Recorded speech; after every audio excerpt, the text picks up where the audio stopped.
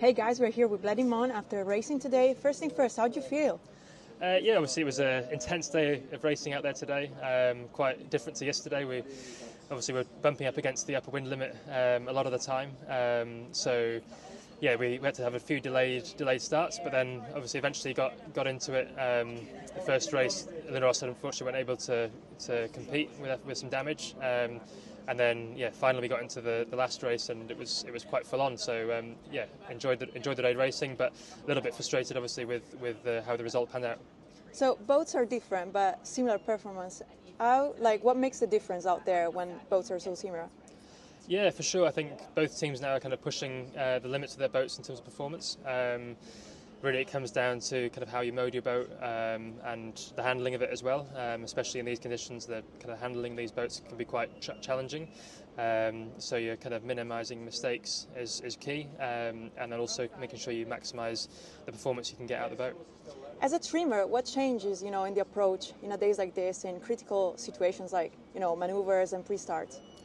Yeah, obviously we're spending a lot of more time, especially in the pre-start, sailing around on two foils, so that becomes quite a different challenge for us as trimmers. And also you're up against the limits in terms of loads and structures, so you're really kind of making sure that you don't push the boat too hard that you get any damage. So yeah, they're kind of things we have to kind of keep in the back of our mind. But ultimately you're still pushing the boat hard, trying to get all the performance you can out of the boat in the same way that you would in 10 knots of wind. Is there anything you saw today you work over and over on, like to make sure it's perfect tomorrow? Yeah, I mean, obviously we had a couple of challenges in some of the roundups, so for sure we'll have a look at that and see how we can improve that for tomorrow. But I think we can take a lot of encouragement out of the straight line performance we had today, and also kind of the bearaways were very good. So yeah, there'll always be things that we can improve, and we'll have a good look at it tonight before we go out tomorrow. Last thing, Ineos Britannia is in a constant up. We've seen like from the preliminary regatta especially till here. What have you worked on the most as a team?